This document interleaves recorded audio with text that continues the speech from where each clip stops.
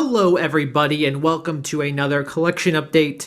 As you can see, I'm still in college and so I do not have all of my figures that I own with me, but I got all the main stuff, all the cool stuff with me. And there's also been, some nice updates as well, so let's just get into it. Starting off here with the Chainsaw Man androids. As you can see, got 3 more. Makima, Aki, and Kobeni, respectively. As I'm sure a lot of you guys know, Chainsaw Man is like my favorite story. It's so good. Not only does it have epic action and really cool designs for the devils and stuff, but it's also just got really good characters and really good character writing and really good themes. It's got so many themes to it. Yeah, it's just so good, and hence why I have all the Nendoroids that are currently out, and I'm pretty darn sure I said this in an old video at some point, but I am still planning on getting them all as they continually come out. I don't think any of my BOTM Tyrannosaurs were actually in my last collection update video. That's what I get for maybe not going back and checking. But anyways, BOTM Guanlong, he's here. As I'm sure many of you guys know from my review of this guy I made before, really love this body size, just works very well. Very stable, joints move all great. Yeah, honestly, it's one of my favorite figures of the bunch. I really wasn't expecting that when I was first getting it, for it to become like one of my new favorite BOTM figures. But yeah, it's just real nice to move around and lovely dude. Protoceratops, Medusaceratops, still love him, but we've seen him before.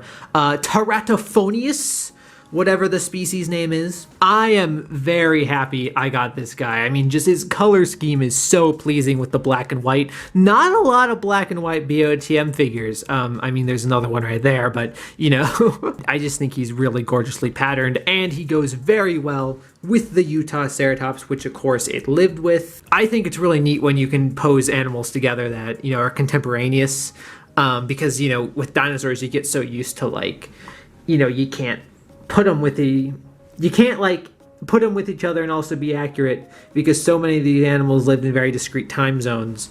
So when you can actually do this, where Teratophonius interacted with Utah Ceratops, it's always really cool. We got my new Dryptosaurus going after the Centrosaurus. Kind of the converse of what I was just talking about. This is not an accurate interaction. These two animals did not live together. But who cares? It looks cool. I wanted my Dryptosaurus to be going after something, and so the Centrosaurus is what he is going after. Yeah, it's just leaning on the Centrosaurus. I don't have it on its base at all. But yeah, it's working out really well. It's really cool. I'm really happy I got this guy. Epic looking thing. It's just got such a neato color scheme. Pretty darn amazing. Up here we have my broken jawed Safari Spinosaurus that I got in Connecticut along with Fossil Pharaoh. I'm not too sure if he wants me to use his real name. And Mr. Reviews. Speaking of Mr. Reviews, I got a couple of repaints from him. He did not give me these repaints though. I actually got both of these repaints from my friend Aiden. I stole them from his house. He might argue that he gave them to me, but we both know the truth. We also have a little gizzard boy here with his string that has not left his body in almost 2 years. And then we also have the Ikron from Avatar. I got this guy a little bit after Way of Water came out, because Ikron's one of my favorite alien designs from the movies, and I don't know, it's a flying thing, it's cool, it's got, cool xenobiology to it, and so I was thinking, I really should get a figure of it, and then I learned about this guy. Just was really cheap. This guy was like $12, but he's articulated, he can move. I only have one hand, so I can't do it that well. Oh shit. The crisis has been averted. The wing is back on. That does not normally happen too often with him. It does happen sometimes, but I just got him at a weird angle, I guess. Here, he also apparently glows in the dark. Under UV, black light specifically. And I don't have a black light, so that kind of sucks. Trike, you've already heard me sing its praises. Utai, you've obviously heard my review of it in that video as well. And then the Chiansaurus, dude. Such a nice figure. Also, you'll notice that I don't have the Utai on its base either. I just have it with the posing rod. So you see, I was watching Gibson's review of, I think, the Chiansaurus at some point. And anyways, he was talking about some of the larger Tyrannosaurs and the posing rods that he uses for them. And as you know from my review of this guy, I was complaining about how the posing rods didn't work that well because of the angle you had to have them at with the base and stuff. But in his video, he said how he just doesn't use the base, he just uses the posing rods. And I have this phrase that I like to call "this is why peer review exists," that my friends have heard me say multiple times. I use it whenever someone brings up something that is so like gobsmackingly obvious that it's like, how on earth did I not think of that myself?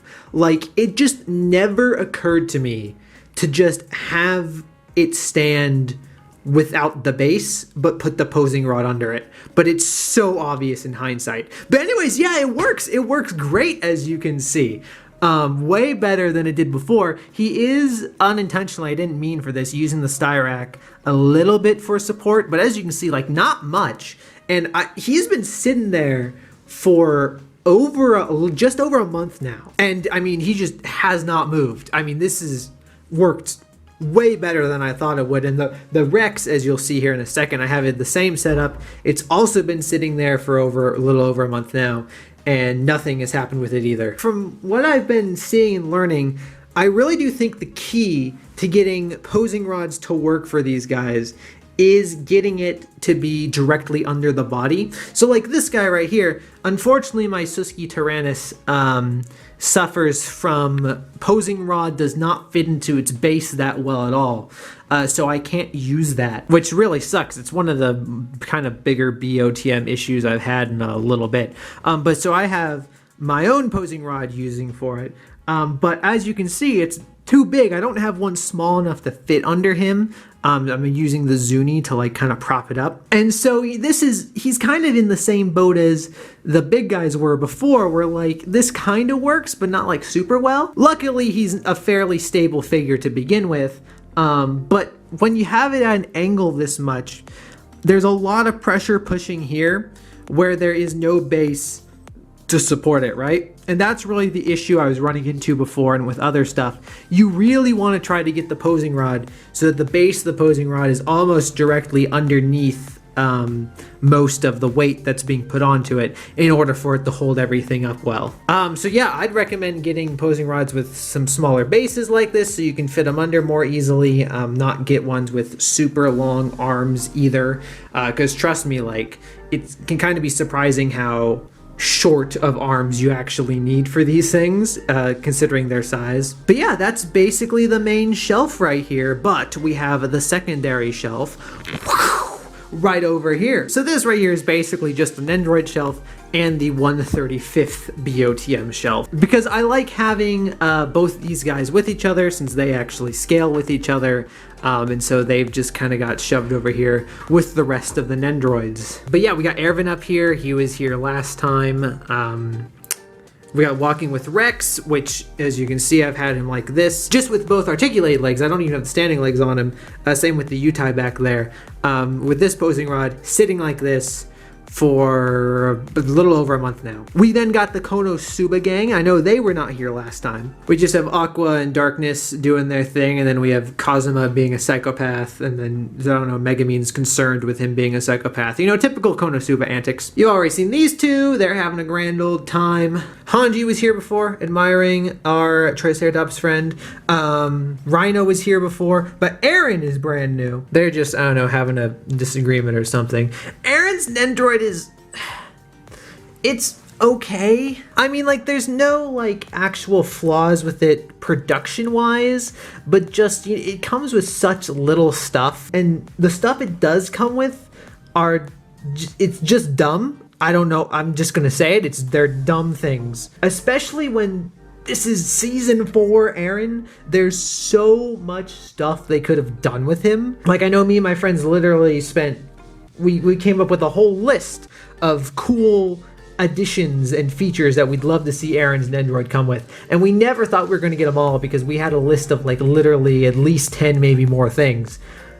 But we just weren't expecting to get like none of them. But yeah, so basically all I can really do with him is just kind of have him stand around, which isn't that fun. I mean, a big part of the reason why I love articulated figures is because I can do so much, a variety of stuff with them, and I just can't really with him. But, I mean, he does look cool. He's Eren Yeager. I'm still happy I have him, but I needed to get that off my chest. But yeah, that's it as far as figures goes. But then we got wabam, wall decoration. These are 2 signed posters by Eren's English voice actor and Aqua's English voice actor respectively. I got these both at Anime Blues in Memphis, which was a super fun time to go to with my friend. I got my phylogeny of all the birds, because of course I do. Up above my sink here, we got this Chainsaw Man Kill Bill crossover poster that I also got at Anime Blues for like $4. I like the look at it. I have never seen Kill Bill. I should watch Kill Bill. It's on the list of things I should probably get around to. And honestly, this poster is kind of serving as the helpful reminder to get onto that one day, but I just think it looks neat. Then over here is a Prehistoric Planet poster I have,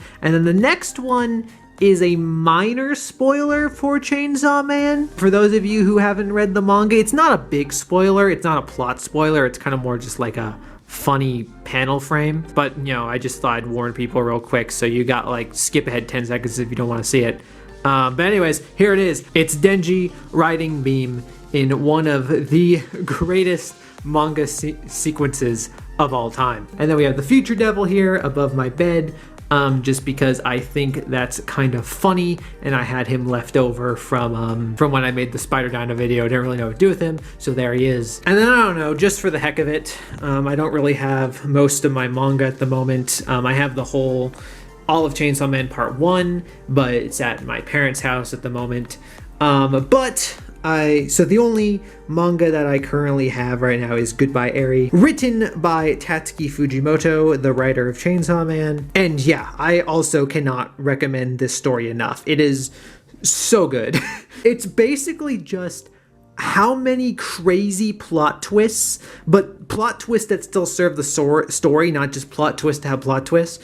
How many crazy plot twists can I fit into 200 pages? Which, as it turns out, several. And if you have 40 minutes to kill, you should be able to read it in about 40 minutes. Oh, and then I also got my BOTM transfer cards here, which I love collecting the BOTM cards, not because they're really good or I love collecting cards, but because they're all so inconsistent with each other, right? Some of them are of really bad resolution, some of them are different sizes, some of them made of different materials, and I just think that is utterly hilarious. And so I love collecting these just for the inconsistency of them.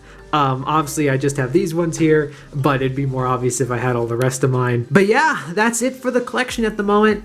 As far as the future of it goes, I'm really only planning on getting one more Tyrannosaur. I'm just planning on getting the Alberto. So really, my Tyrannosaur collecting is, I mean, it's basically done. Obviously gonna get some of the quite a few of the Cyberzoic stuff when they come out. Well, you know, Cyberzoic dinosaurs. I'm not gonna get the armor sets. I'm not really into that. I'm just gonna get the dinosaurs. But I really just think the future of my collection is just basically just gonna be BOTM and Androids. I've kind of gotten away from liking just static figures. I mean, obviously I have a couple, right? I got those 4 up there, and that guy right there, who I forgot to mention, he was also painted by Mr. Reviews. But I've just come to love articulation so much more. Just being able to periodically change up the appearance of the figure that you have just adds so much freshness to them. And I just don't really enjoy having a lot of completely static figures anymore, which is why I don't really get them. But yeah, those are basically the 2 things that I would expect to see in the future. More Nendroids, they will certainly slowly begin making up a bigger portion, and more BOTM. But anyways, those are my collection predictions. I suspect they'll be right, but we'll obviously have to see if that turns out to be the case or not. But yeah, that's it from me, and I hope you all have a great rest of your day. Bye-bye.